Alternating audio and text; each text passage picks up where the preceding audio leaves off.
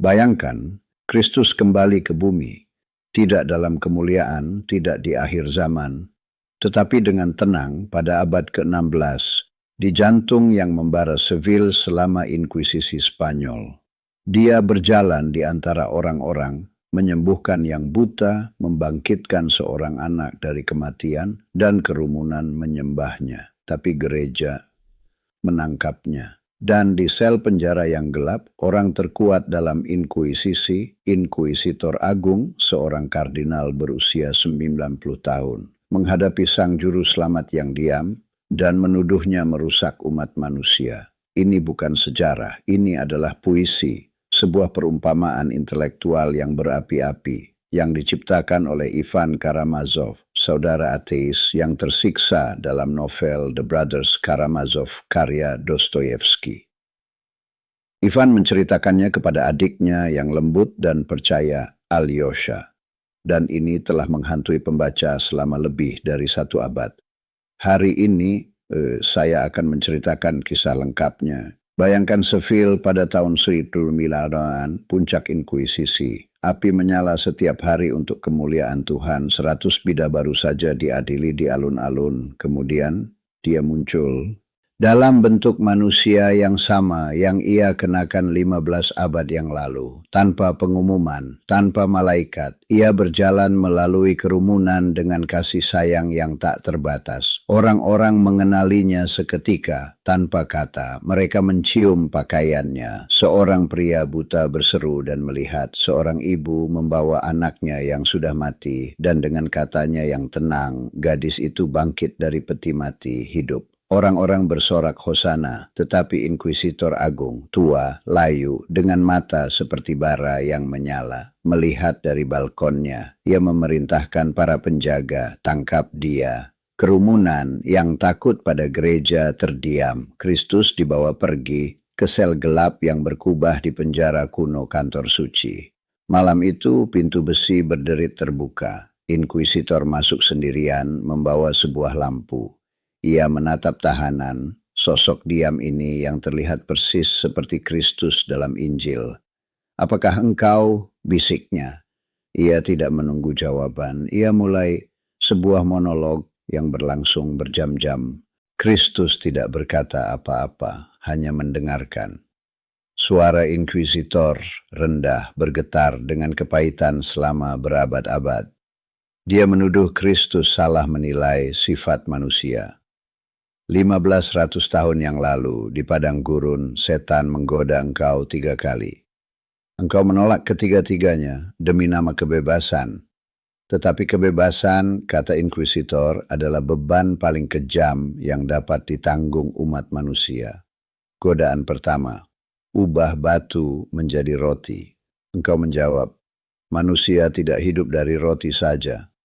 Tetapi inkuisitor mengejek, beri mereka makan terlebih dahulu, lalu minta kebajikan dari mereka. Orang-orang lemah. Mereka akan mengikuti siapapun yang memberi mereka roti. Engkau seharusnya bisa menyatukan dunia dengan mukjizat dan perut yang kenyang. Sebaliknya, engkau membiarkan mereka lapar secara spiritual dan fisik untuk memilih dengan bebas. Kebanyakan tidak bisa, mereka memberontak. Mereka membangun menara Babel yang baru. Gereja memperbaiki kesalahanmu. Kami memberi mereka roti dan mengambil kebebasan mereka. Godaan kedua, lemparkan dirimu dari kuil, biarkan malaikat menyelamatkanmu. Buktikan keilahian Anda tanpa keraguan. Anda menolak, menuntut iman tanpa bukti. Tapi inkuisitor tahu, orang-orang mendambakan mukjizat. Tanpa itu, keraguan menghancurkan mereka. Anda meninggalkan mereka dalam ketidakpastian. Kami memberikan mereka kepastian, misteri, mukjizat, otoritas, sehingga mereka tidak perlu berpikir. Godaan ketiga, menguasai semua kerajaan di dunia. Anda berkata tidak, menolak kekuasaan duniawi. Tapi inkuisitor menyatakan kekuasaan adalah yang mereka butuhkan. Kebebasan mengarah pada kekacauan, penderitaan, perang. Orang-orang lebih memilih keamanan, bahkan perbudakan daripada teror pilihan. Tidak ada yang lebih tidak tertahankan bagi manusia daripada kebebasan.